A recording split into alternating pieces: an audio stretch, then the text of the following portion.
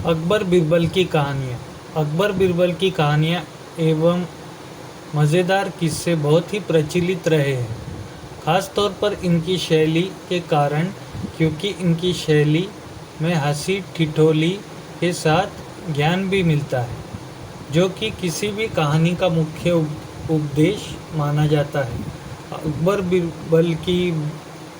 बीरबल बुद्धिमत्ता की कहानियाँ कई सालों से हमारे देश का हिस्सा है, इसलिए इनके किस्सों पर कई टीवी सीरियल भी बनाए गए हैं जो काफ़ी लोकप्रिय थे।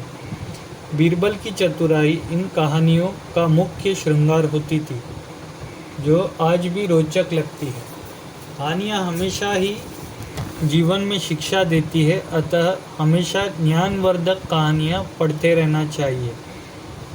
ऐसे ही एक कहानी नीचे दी जा रही है, जो छोटे बड़े सभी को जीवन का एक महत्वपूर्ण उपदेश दे रही है।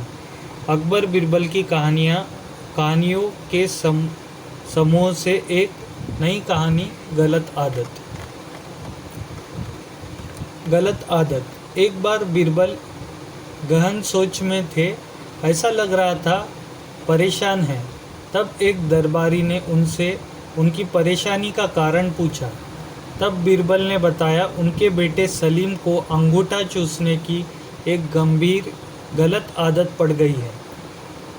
जैसे जैसे वे बड़ा होते जा रहा था, इस आदत की वजह से हम सभी परेशान हैं, लेकिन शहजादे ज़िद्दी हैं और उन्हें और किसी की नहीं सुनते। तब उस दरबारी ने अकबर को एक संत के विषय में बताया। उसने कहा कि एक संत है, कहते हैं कि उनसे जो एक बार बात कर लेता है, वो उनकी हर बात सुनते हैं और अपनी सारी बुराइयां त्याग देते हैं। उसकी बातें सुनकर अकबर को अपनी परेशानी का हल उस संत में दिखाई दिया और अकबर ने उस संत को दरबार में लाने का आदेश दिया। कुछ समय बाद संत को दरबार में बुलाया गया, उनका आदर सत्कार किया गया। तब संत ने लाने का कारण पूछा। अकबर ने उन्हें सलीम की अंगूठा चूसने की आदत के बारे में बताया और कुछ उपाय करने को कहा।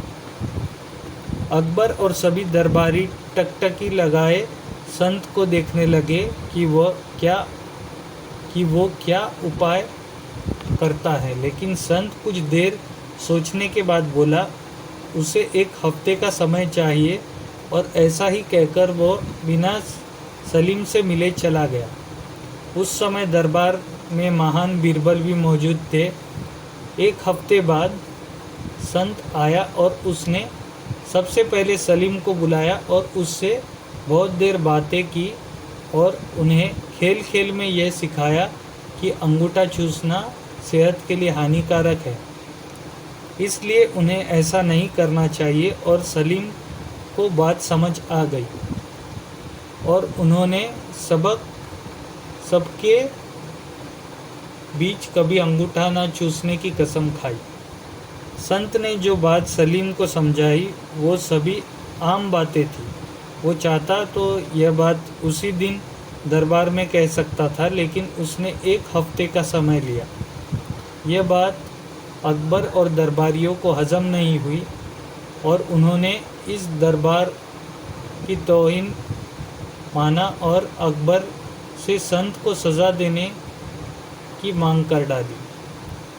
अकबर भी दरबारियों की बात से सहमत थे और उन्होंने भी सज़ा देना तय किया, लेकिन जैसे कि वे हर फैसले के पहले बीरबल का मशवरा लेते थे, उन्होंने इस बार भी बीरबल की तरफ देखा और पूछा कि आज तुम इतने खामोश क्यों हो?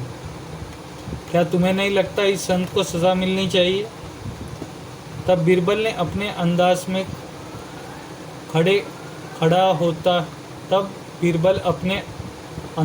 खड़ा होता है, दरबार के बीच जाकर कहता है कि जहाँपनाह, मैं बिल्कुल उल्टा सोच रहा हूँ, इसलिए खामोश हूँ। सभा में हल्ला मचने लगता है और सभी आश्चर्य है कि उल्टा मतलब क्या। तब बीरबल कहता है, मेरे हिसाब से ये संत महान है, हमें इनसे सीख लेनी चाहिए और गुरु मानकर इनका आशीर्वाद लेना चाहिए और इनके साथ हुई गुस्ताखी की भी माफ़ी मांगनी चाहिए। यह सुनकर सभी को गुस्सा आ जाता है और दरबार में कोहराम मच जाता है। तब अकबर गुस्से में बीरबल से कहता है, गुस्ताख बीरबल, तुम हम सभी की तौहीन कर रहे हो कि हम इस संत से माफ़ी मांगे। तब बीरबल कहता है, जहाँपना गुस्ताख की नाफरमानी को माफ़ करे, लेकिन मेरे मुताबिक यही न्याय संगत है।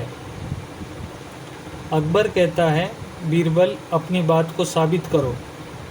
तब बीरबल बताता है, जिस दिन संत पहली बार दरबार आए थे और आप उनसे शहजादे की बात कर रहे थे, तब इनके हाथों में चूने की एक डिबिया थी, जिसे निरंतर चूना निकालकर वे खा रहे थे।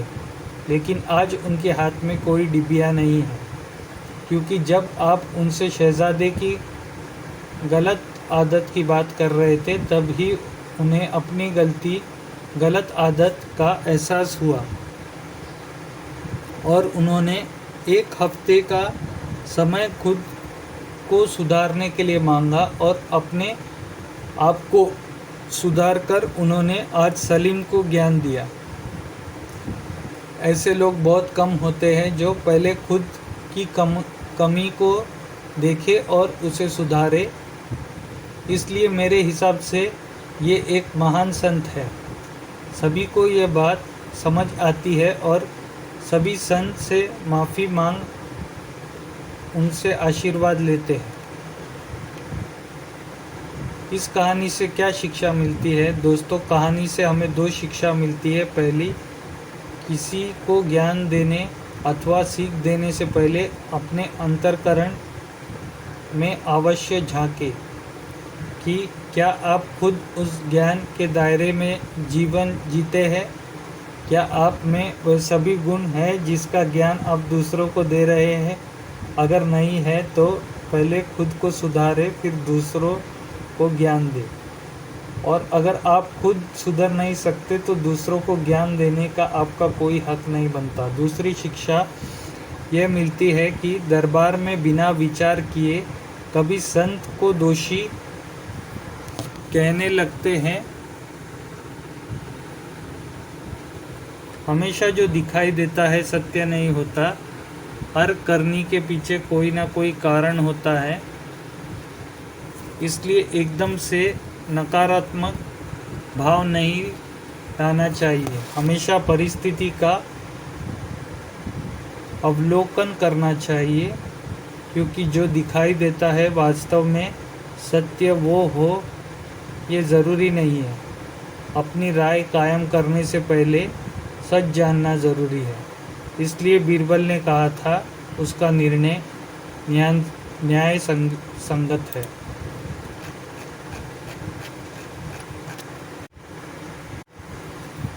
दूसरी कहानी, बीरबल की खिचड़ी। एक दिन अकबर ने सभा में ऐलान किया कि नगर के पास के जलाशय जिसमें पानी बर्फ़ बन जाता है, उसमें अगर कोई आदमी रात भर रहेगा तो उसे मनचाहा तोहफा दिया जाएगा। एक बुज़ुर्ग आदमी ये करने को तैयार हो गया। अकबर ने एक सिपाही को उस आदमी की निगरानी के लिए भेजा। वह आदमी उस जलाशय में गया और उसने लगभग 1 किलोमीटर दूर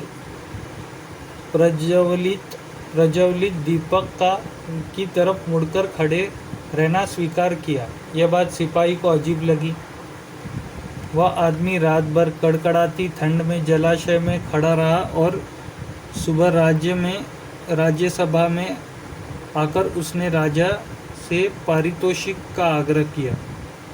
तब अकबर ने सिपाही से पूछा कि क्या उस आदमी ने सच में रात भर जलाशय में वक्त बिताया?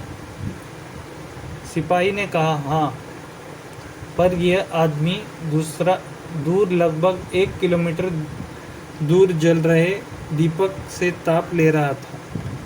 यह सुनकर अकबर को गुस्सा आ गया और उसने किसी की ना सुनी और उस बूढ़े को सजाए मौत दे दी।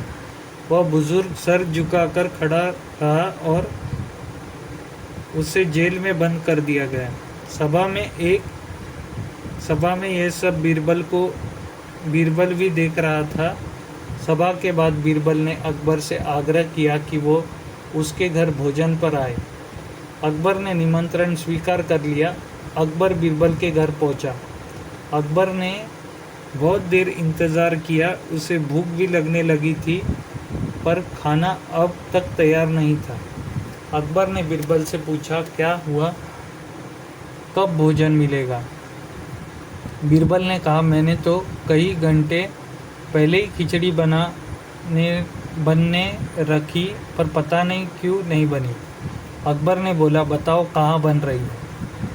बीरबल ने दिखाया। उसने नीचे चूल्हा जलाया था और छत पर बर्तन में खिचड़ी पकाने रखी थी। यह देखकर अकबर ने गुस्से से, बीरबल तुम पागल हो, इस तरह तो पानी भी गर्म नहीं होगा। तब बीरबल ने कहा, जब जलाशय में खड़ा आदमी 1 किलोमीटर दूर जल रहे छोटे से दीपक से ताप ले सकता है, तब खिचड़ी भी पक ही जाएगी। अब अकबर को पूरी बात समझ आई और उसने उस बुज़ुर्ग को रिहा करवा कर मुँह मांगा इनाम दिया। ऐसी थी बीरबल की प्रसिद्ध खिचड़ी।